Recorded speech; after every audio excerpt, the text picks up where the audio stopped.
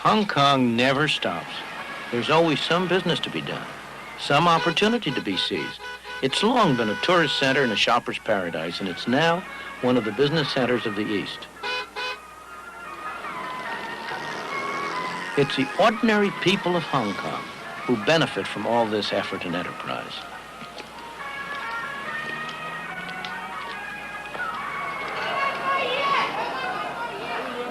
This thriving, bustling, dynamic city has been made possible by the free market. Indeed, the freest market in the world. The free market enables people to go into any industry they want, to trade with whomever they want, to buy in the cheapest market around the world, to sell in the dearest market around the world. But, most important of all, if they fail, they bear the cost. If they succeed, they get the benefit. And it's that atmosphere of incentive that has induced them to work, to adjust, to save, to produce a miracle. This miracle hasn't been achieved by government action, by someone sitting in one of those tall buildings telling people what to do. It's been achieved by allowing the market to work.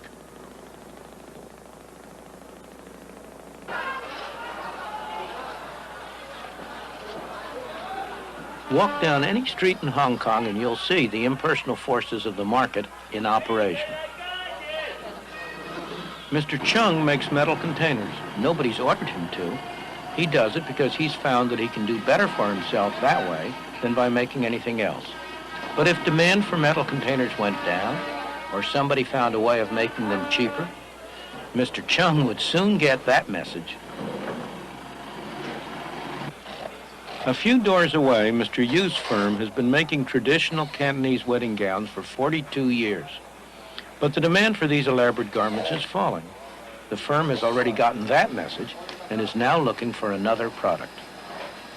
The market tells producers not only what to produce, but how best to produce it through another set of prices, the cost of materials, the wages of labor, and so on.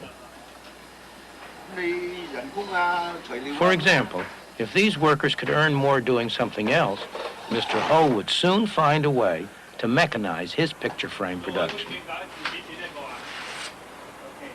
Inside this Chinese medicine shop, a market transaction's going on.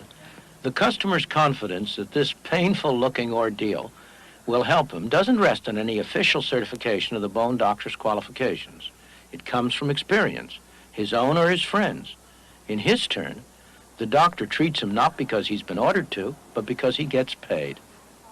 The transaction is voluntary, so both parties must expect to benefit or it will not take place.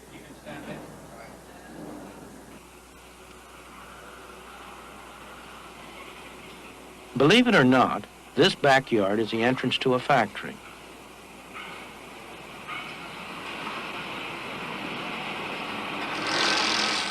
The workers here are some of the best paid in Hong Kong. It's hot, sticky, and extremely noisy.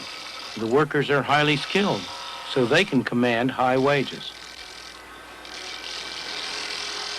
They could induce their employer to improve working conditions by offering to work for less, but they would rather accept the conditions, take the high wages, and spend them as they wish. That's their choice.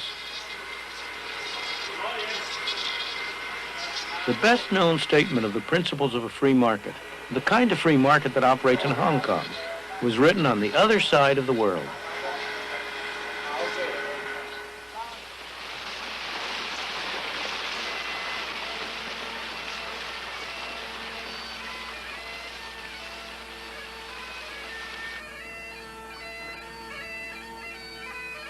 "200 years ago in Scotland, Adam Smith taught at the University of Glasgow.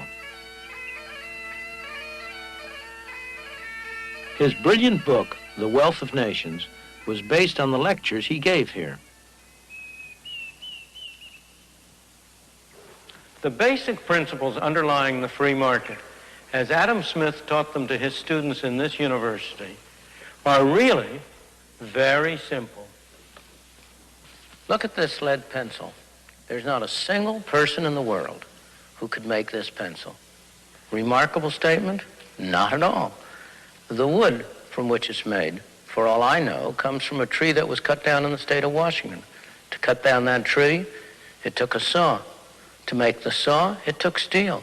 To make the steel, it took iron ore. This black center, we call it lead, but it's really graphite, compressed graphite. I'm not sure where it comes from, but I think it comes from some mines in South America. This red top up here, the eraser, bit of rubber, probably comes from Malaya, where the rubber tree isn't even native. It was imported from South America by some businessmen with the help of the British government.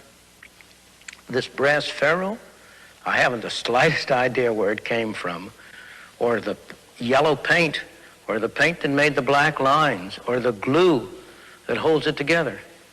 Literally thousands of people cooperated to make this pencil. People who don't speak the same language, who practice different religions, who might hate one another if they ever met. When you go down to the store and buy this pencil, you are in effect trading a few minutes of your time for a few seconds of the time of all those thousands of people. What brought them together and induced them to cooperate to make this pencil? There was no commissar sending out orders from some central office. It was a magic of the price system, the impersonal operation of prices that brought them together and got them to cooperate to make this pencil so that you could have it for a trifling sum. That is why the operation of the free market is so essential, not only to promote productive efficiency, but even more to foster harmony and peace among the peoples of the world. These people are crossing between two very different societies. This is Lo Wu, the official border crossing point between China and Hong Kong. Nowadays, there's a considerable amount of traffic at this border. People cross a little more freely than they used to.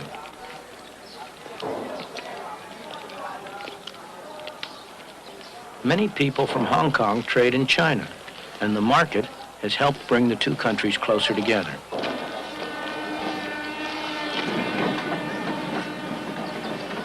But the barriers between them are still very real. On this side of the border, people are free not only in the marketplace, but in all their lives. They are free to say what they want, to write what they want, to do pretty much as they please. Not so over there. That is why people in China who cannot get permission to leave go to desperate lengths to escape. They risk their lives in the process. Many lose their lives, but that doesn't keep others from following. Some are attracted by the higher material standard of life in Hong Kong, but more by the natural human desire to be free. The people who get official permission to leave China are fortunate. They're going to be able to enjoy the benefits of the economic freedom they'll find in Hong Kong. But more important, that will give them a much wider freedom. Human and political freedom has never existed and cannot exist without a large measure of economic freedom. Those of us who have been so fortunate as to have been born in a free society tend to take freedom for granted, to regard it as a natural state of mankind. It is not. It is a rare and precious thing.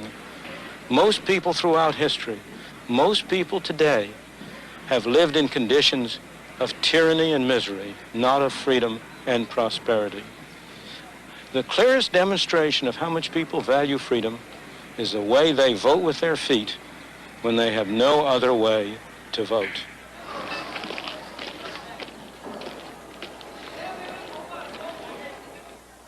Of course, many of the people who pour into Hong Kong will end up in conditions that most of us in the West would find appalling. Hong Kong is very far from utopia. It has its slums, its crime, its desperately poor people.